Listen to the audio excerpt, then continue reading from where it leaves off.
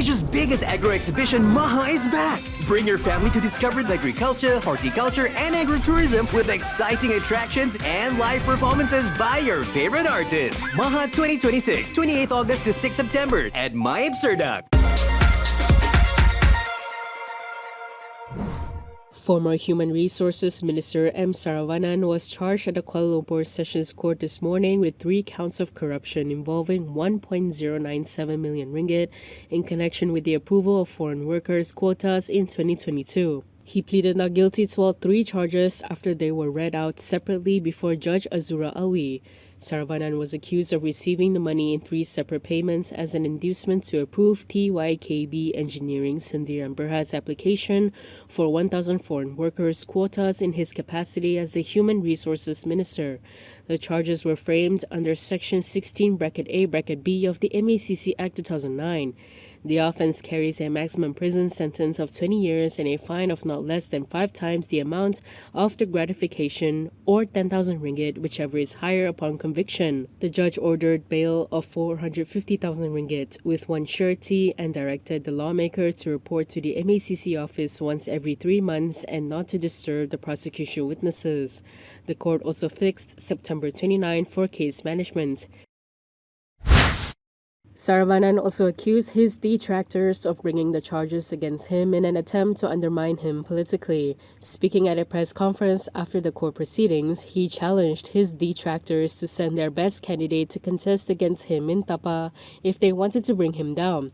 However, he stopped short of naming those he believed were behind the move. Saravanan added that he was confident the facts would prevail during the trial, adding that the rakyat was watching. Kebetulannya saya terkejut. Ini bukan satu tuduhan tidak berasas. Saya anggap ini satu tuduhan liar terhadap saya.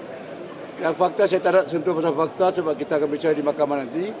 Yang penting saya tak pernah ada sebarang hubungan dengan mana-mana orang yang disebut di mahkamah tadi. Yang saya tak kenal pun. Kecuali Syed Amirul, yang lain saya tak kenal. Dan secara peribadi saya tak ada hubungan dengan Syed Amirul pun. Itu kita akan bicara. Yang kedua, ini bukan cara kalau nak jatuhkan saya. Hantarlah calon yang terbaik ke Tapah bertanding dengan saya. Jangan gunakan taktik macam ni untuk jatuhkan seorang ahli politik. Saya pun ada keluarga. Saya langsung terasa malu. Saya langsung terasa malu dengan tuduhan ni sebab apabila fakta keluar nanti, you akan rasa malu. Rakyat akan tahu macam mana dituduh saya dengan yang maklumat-maklumat palsu. Sabar je, tak lama lagi fakta akan keluar. Hari ini saya tak boleh cebok fakta. Apabila kes ini dibicara di mahkamah, fakta akan keluar.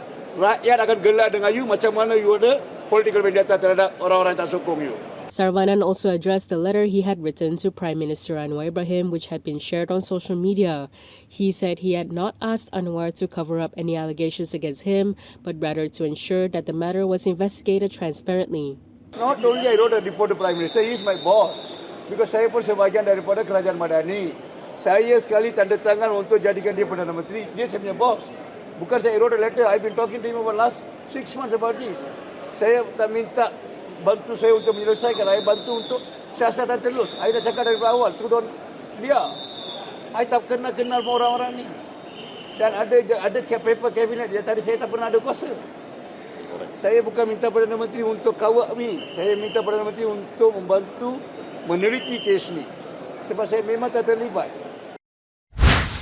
When asked about the letter today, Anwar said he had yet to receive it. He added that he would refer it to the relevant authorities to examine. Anwar stressed that space must be given for the investigation, prosecution, and legal process to take their course, and cautioned against making statements about matters that had yet to be determined by the court. Surat tu, dia bila sampai ke situ bukan urusan saya akan rujuk kepada SPRM atau Jabatan Pegawai Negara untuk mereka teliti. Dan kita harus beri ruang untuk keadaan siasatan diteruskan dan penawaran dan proses dan tidak membuat apa-apa kenyataan kerana belum pasti sehingga diputuskan oleh mahkamah. From now on, you can also listen to KiniNews on Spotify and Apple Podcasts. Scan the QR code on the screen to follow us. Equal constituency development allocations for all MPs were once a key Pakatan Harapan electoral promise. However, since returning to power with Anwar Ibrahim as Prime Minister, the pledge remains unfulfilled. The issue has repeatedly been raised by opposition MPs in the Dewan Rakyat. Now past information chief Ahmad Fadli Shari has turned the tables. In a sarcastic Facebook post, Fadli suggested that the newly formed UMNO-led Negeri Sembilan state administration follow the federal government's approach.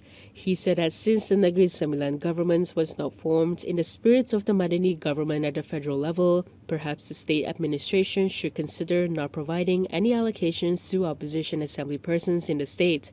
Instead, he suggested that the funds be channeled directly to the people, as the Madani government has been doing at the federal level. Fadli added that Pakatan Harapan supporters would surely back the proposal.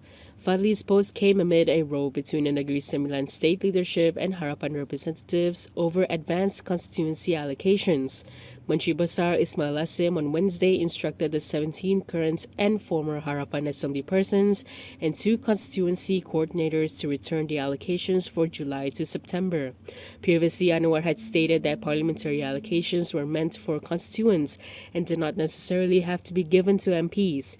He added that if an MP was in the opposition, the government would channel the funds directly to the people. Past President Abdul Hadi Awang said the door to reconciliation with Bersatu is closed. According to him, this was as the party had decided to contest against Perikatan Nasional in Negeri Sembilan. When asked if reconciliation was still possible, Hadi made his position clear. Cik, maksudnya ruang damai dengan Bersatu tu memang tak terbuka dah ke? Ya, Ruang damai dengan Bersatu memang tak akan terbuka dah ke? tengok pada rasanya dia dah lawan kita masa pilihan raya. Tahun ini 9 kan dia petang dia lawan kita kan. Ya. Jadi kita tutup je dah. Ya, dia dah lawan dah. Bersatu contested the Negeri Sembilan election under its own party logo, fielding candidates including 2 Urimai representatives in 24 seats.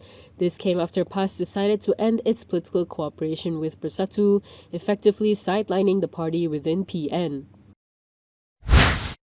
The MACC obtained a 7-day remand order yesterday against a former Tabung Haji chairperson and a former Treasury Secretary General. The remand is in connection with its probe into the findings of the Tabung Haji Royal Commission of Inquiry report. The 2 men, both in their 60s, were detained on Wednesday evening when they arrived at the MACC headquarters in Putrajaya. The RCI report, published on July 29th, exposed widespread governance failures at Tabung Haji, particularly involving critical financial risks, political interference, and improper transactions.